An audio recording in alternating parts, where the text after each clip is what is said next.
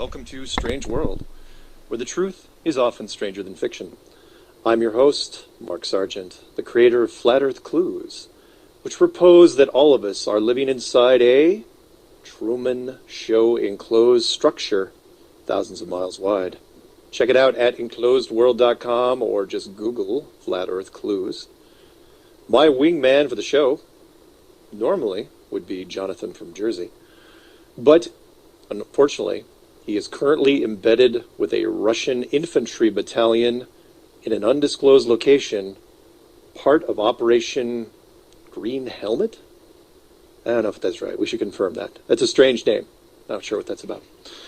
But no, he's out for this week, so we are joined by the grandson of Commander Graham Bethune, Trevor Purvis. Graham Bethune, the most credible UFO witness, I think, of all time, and also known as Space Grandpa. Space Grandpa. Hey, Trevor, how's it going? Good. How you doing? I think if I keep joining you, I may have to disappear on a mission as well. So we'll see what happens there. Exactly. Well, you're listening to the Ball Earth Skeptic Roundtable, episode number 3 on Wednesday, June 24, 2015. If it was a government ops, it's just more evidence that CIA and government sucks, because look what they did. Because now I'm doing videos, so thanks, Mark, if you're a shill. I appreciate it. Oh, yeah. Mark, as we said before the chat, if you are a shill, you're doing a horrible job. I'm doing a horrible job if I'm a shill. Please, anyone that wants to call me a shill, tell me how I am hurting this movement, because it has gotten so much. So, I mean, look at the thousands of videos that have come out, and you know, I am not professing myself to be any sort of leader in this. Look, I just put out some videos, thought I'd make a couple points.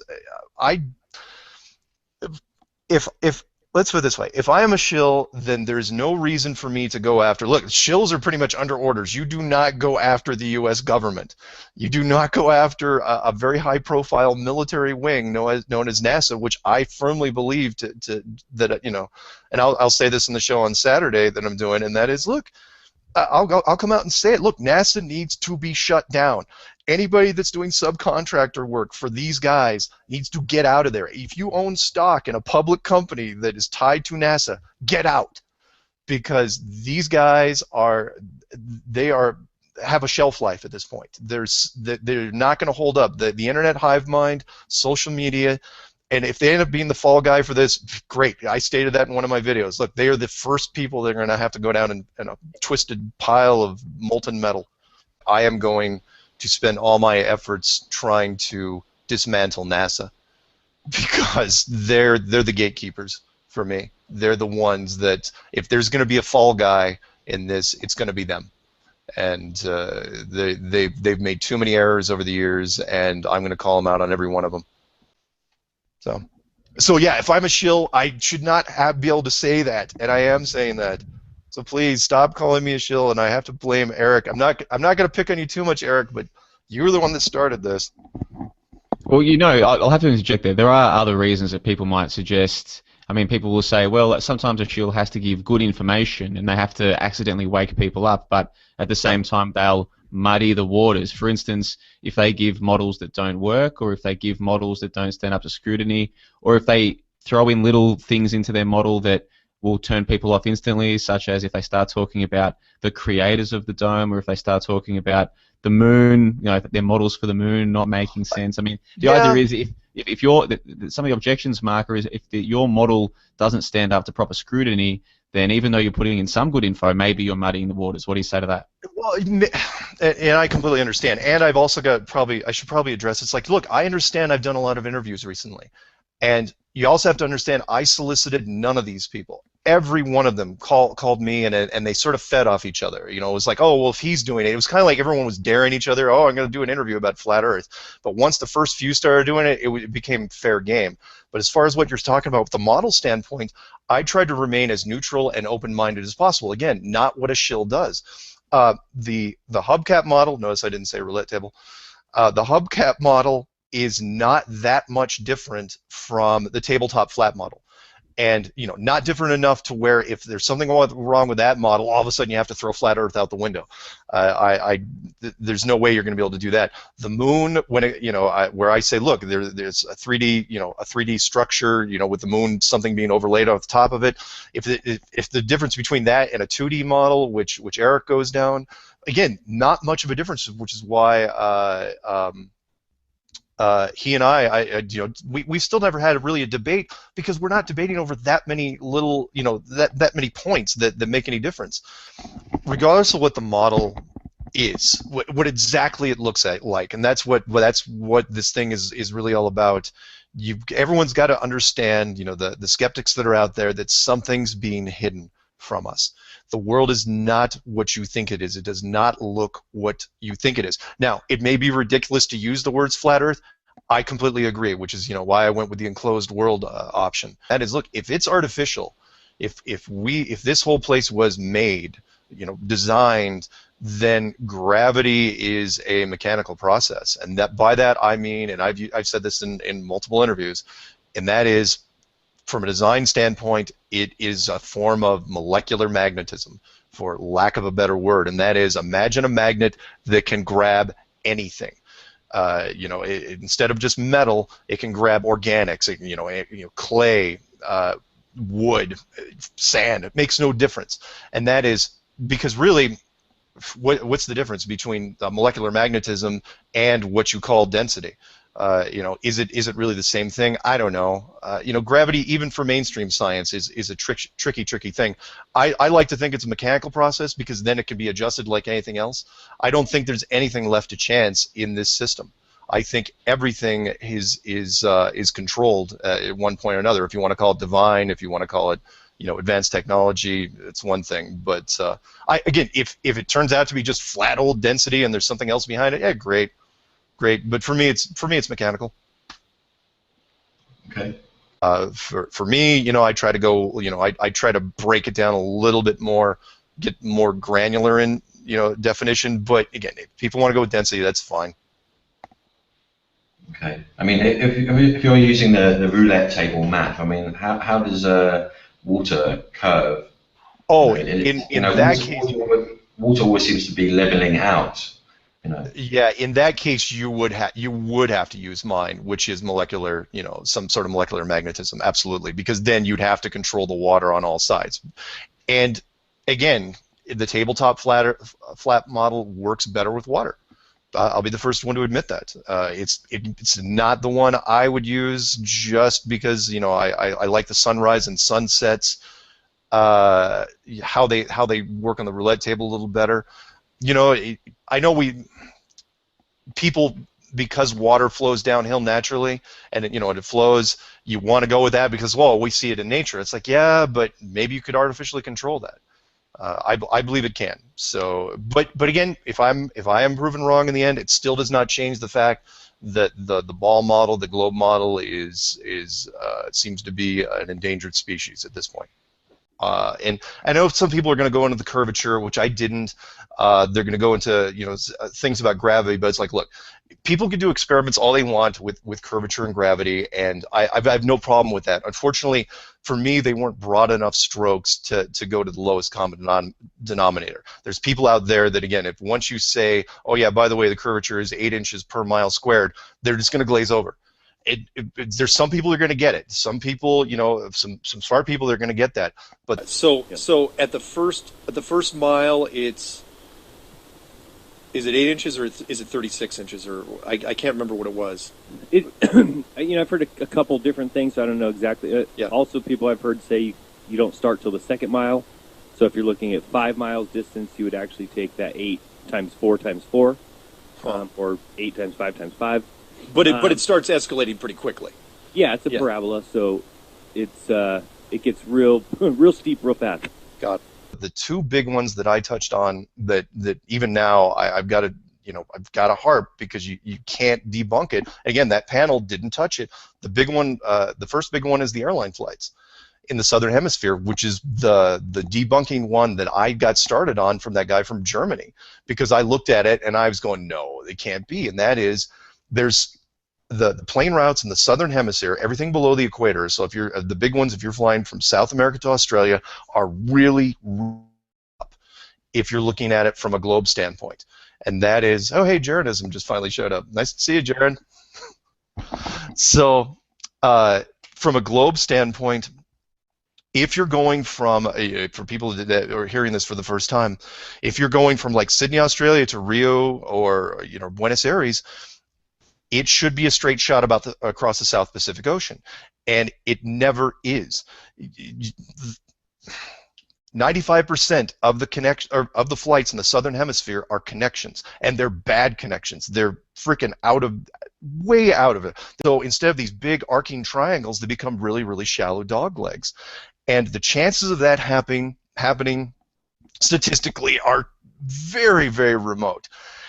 But the other part of the second part of that, there's second stage, part B of that one. That one is that, which is why I did Clue 9, which is how do you hide something like that? Because people are saying, no, there's these non-stops, and I cannot tell you how many times they sent me the Auckland, New Zealand to Santiago, Chile. Everybody sent me that, to the point where I had to make Clue 9 just to shut them up.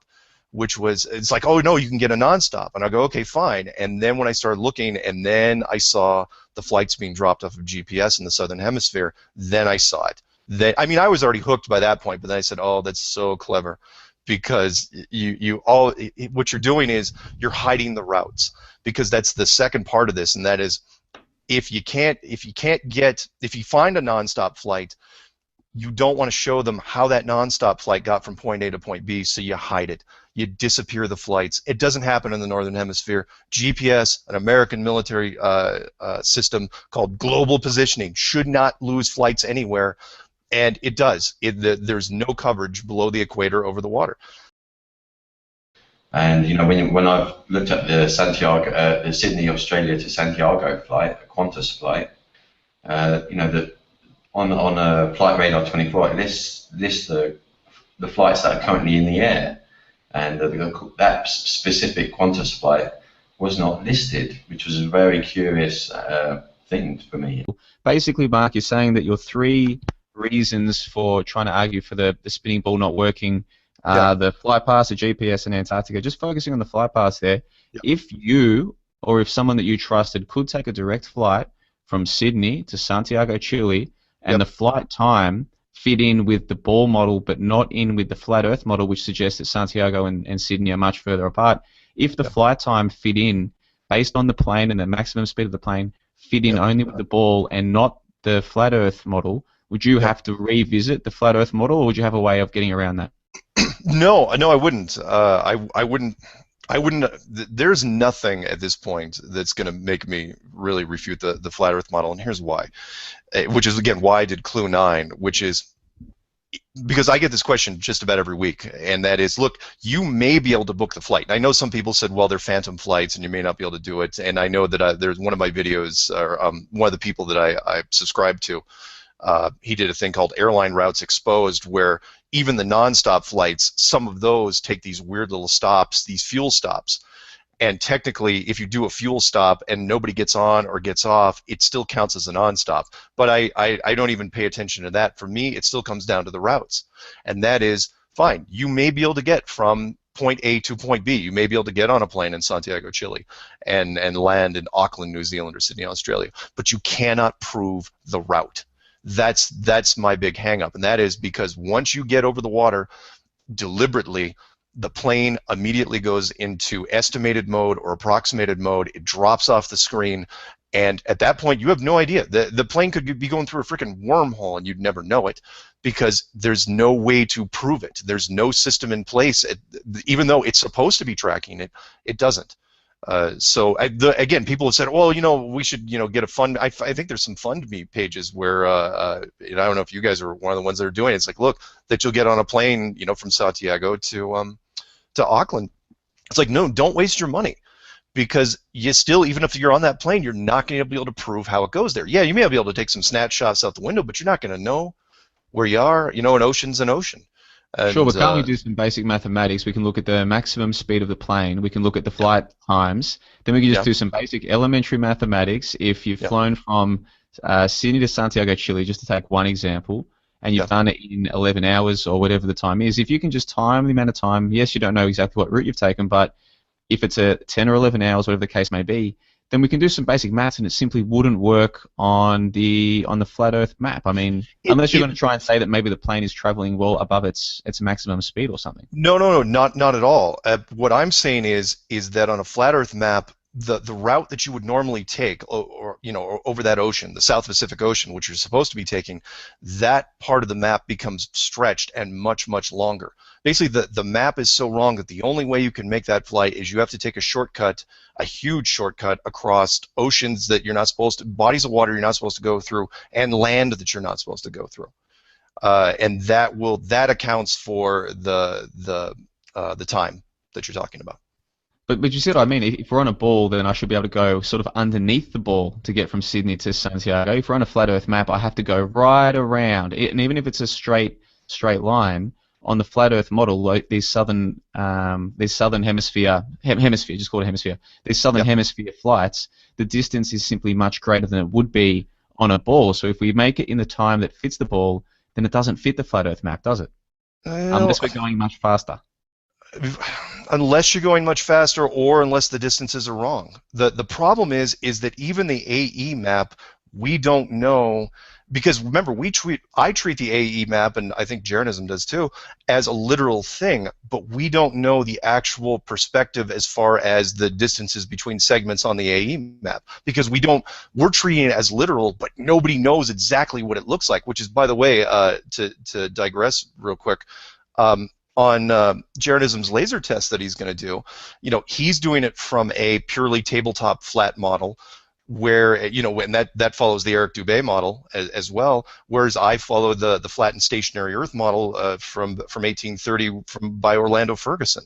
So even then, what I'm trying to get is we don't know the exact distances on a flat model because it's never been shown. We don't have a truly accurate map because we don't know the curvature. We don't know if there's any curves at all. So for me, yeah, there is some speculation there, but no, I'm still, there's no way I'm backing up. One of the things that you've been criticized for, Mark, on, say, Dubai's forum, not necessarily by Dubai specifically, but just by people, is that you don't focus on these easily provable scientific methods for disproving the ball Earth. Are you planning to make a video in the future talking about the lack of curvature? Is that something that you have no interest in making any videos about whatsoever? No, for me, and I've stated this at a few other things I've done, which is, look, I don't mind. I love the fact that Jeranism, one of the big reasons I don't do it is because other people are going to do it. And it wasn't a make it or break it thing for me. The curvature of the Earth, again, because I don't necessarily subscribe to it, the tabletop model, the curvature isn't as important to me. But I understand it. I mean, it has to be done. It has to be covered. I'm not going to be covering it. I like the broad strokes. I like the big ones that everyone can get their head around. Again, the curvature argument is not for everybody. It might be for everybody in this forum and maybe people that are listening, but there's a lot of people out there that have no idea what you're talking about when you're talking about the curvature. Or gravity for that example. Although I think the gravity test is still very, very good. And not necessarily where you're talking about the planes going from east to west or west to east, but the weight difference, the centrifugal force problem going from the North Pole to the equator, and that is if the equator is spinning at 1,100 miles an hour and the North Pole it's spinning at 0 miles an hour or 3 or whatever you want to call it, then a weight, once you measure something up there at the North Pole and you take it down, assuming it's not a human being where the weight fluctuates, a flat weight, and you take it down to the equator, it should be measurably less. Maybe even a fraction of an ounce, but it should be less. That, I think, is a more interesting test. Now, will I get into it? Yeah, maybe, but I've talked about it enough in interviews. I'm hoping that somebody else will dig into it. Will I touch on it personally? Probably not. Excellent. Well, I'll tell you what, we're quickly running out of time on tonight's show, so if it's all right with you, Mark, I'll pitch a few questions at you based on some of the criticisms that have come your way. This is natural in the work that we're doing. People will be out there trying to debunk you because you're debunking NASA and what have you. So do you mind if I just ask you a couple of quick questions to do with your persona in the Flat Earth movement? Sure. There are some people out there who have criticized you for the pyramids in your avatar on YouTube, for holding balls, like globe Earths, when you're doing interviews on YouTube and on Skype, and for constantly referring to your model, from a game development point of view, rather than focusing on some of these geophysical aspects, like the lack of curvature or like the centrifugal thing you just touched on. These are the kind of criticisms that people make. Do you think there's any validity to those criticisms at all, or do you just fob them off? No, well, I get it. Look, the conspiracy world, and I'm with you there, is a suspicious group, no question. Trust no one at face value. I totally understand that. And I get the argument. It's like, well, no, you're going to make all conspiracy people look crazy. And I'm going, well, you didn't. That aura is already there. When it came to the pyramids, okay, look, I went to Egypt. Had a lot of fun, but you got to understand why I went to Egypt in the first place, and that was I was suspicious of the pyramids themselves. I wanted to see it and look and say, okay, could mankind have built this? Especially ancient cultures. And when I looked at it, that's what I went there to prove. So we took some great shots when I was there, and no, I didn't put them in because I'm a big fan of pyramids. I was just there. I thought it was a kind of a cool shot. It has nothing to do with anything. As far as holding the globe in some of my early videos, that's because it was really more of a prop, and I think when the interviewers actually said before he got me, he's going, "Don't use the globe anymore." Not because he didn't like he thought it was a mixed message or anything, but he says, "Look, it's played out." He goes, "You don't need to use that prop anymore. People have already seen it." But that's what I was really going for. It was just a prop I was saying, "Look, this is what I was trying to disprove. This is the lie." And if I had a flat model, if I had I didn't want to use some like hand-painted cheesy dinner plate with a flat Earth model on it. Otherwise, I would have had that. And I know some people are thinking of doing 3D modeling, using a 3D printer to do a flat Earth model, and that's great. If you can pull that off, fantastic. And what was the third thing? Pyramids, globes, and wasn't there something else? You constantly refer to your model from a game developer. Oh, from a gaming standpoint, yeah. Look, I used to produce games for a living. I helped design these things. So from a game standpoint, from a design standpoint, that is my perspective. That's how I got these clues wouldn't have been made without that sort of background for me. And that was, I looked at this thing from a functional. I said, look, if I had to design it, if I had to build this, what would I do? And that's what is really what got me going, to where once I started digging into it, I was going, man, I don't think I could, and of course, there's arrogance for you. I couldn't improve on this design. It's fantastic. It's brilliant on multiple levels. So yeah, when I refer to it, I'm always looking at it. I mean, I still play games now. After I'm done with you guys, I may actually fire up Warcraft and start playing it a little bit. So I'm not going to back off from that either. From a gaming design standpoint, that's where my head is at. Again, I will, but it ties a little bit into the curvature stuff. I like the flattened stationary Earth model, the one with this, it's shaped sort of like a roulette table, because it's more elegant from a design standpoint. It's more elegant. Does that mean that it's right? No, not necessarily. If Eric Dubé's model or Matt Boylan's model, if it turns out to be tabletop flat, hey, fantastic. I'm not going to lose any sleep over it. I will not cry in a corner. A lot of people, they've seen your clues, they've then gone on to do their own research, they've discovered the Bedford level experiments, they've discovered people like Jonism doing their own experiments. So even though your clues don't cover this stuff, you have got lots of people all around the world going and doing their own research. So I think if you are a shill, you're doing a terrible job, unless this is a long-term game. Now, let me throw something to you, Mark, and then we'll go around the panel to get their opinions. I don't know if you guys are familiar with Dylan Avery, but he's the character who released the first Loose Change back in December 2005. Loose Change. Right. I remember that. Yeah. So when I saw Flat Earth Clues, I thought, is this guy paying homage to September Clues in any way? No, is it a coinky dink? Yeah. I would say no, not at all. In fact, I was a Loose Change guy. Ah. I followed the Loose Change series. Well, that's where you're supposed to go first. It's laid out. Yeah, and that's all I really knew, for a while there. And so that's really, it didn't take much convincing for me with the whole 9/11.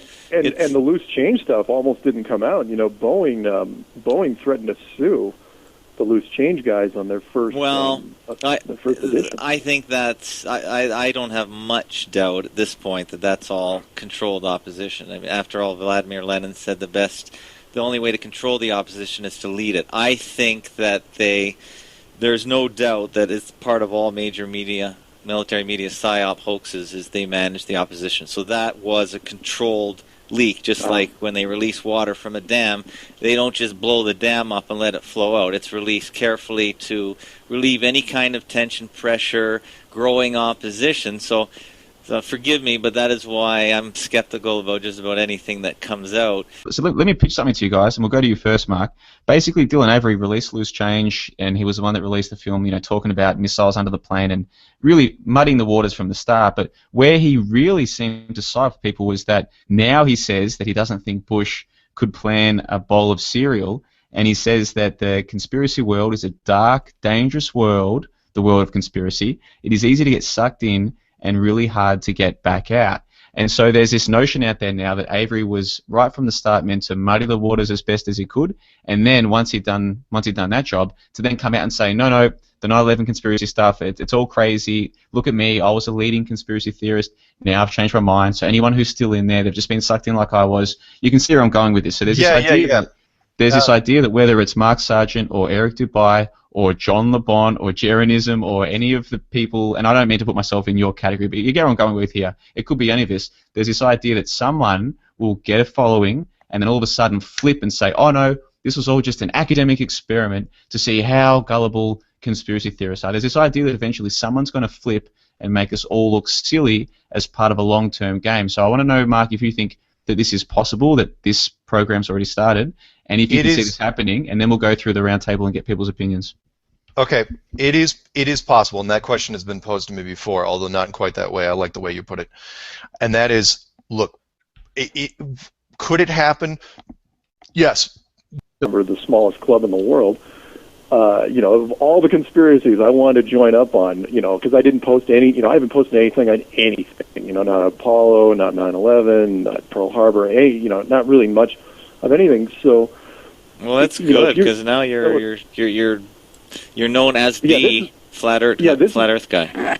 Yeah, exactly. So now apparently I've become the flat Earth authority overnight.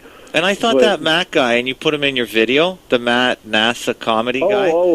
Matt Boylan, yeah. I was pretty sure he was controlled opposition. He was acting very irrationally in his videos, which indicated he was just trying to attach crazy.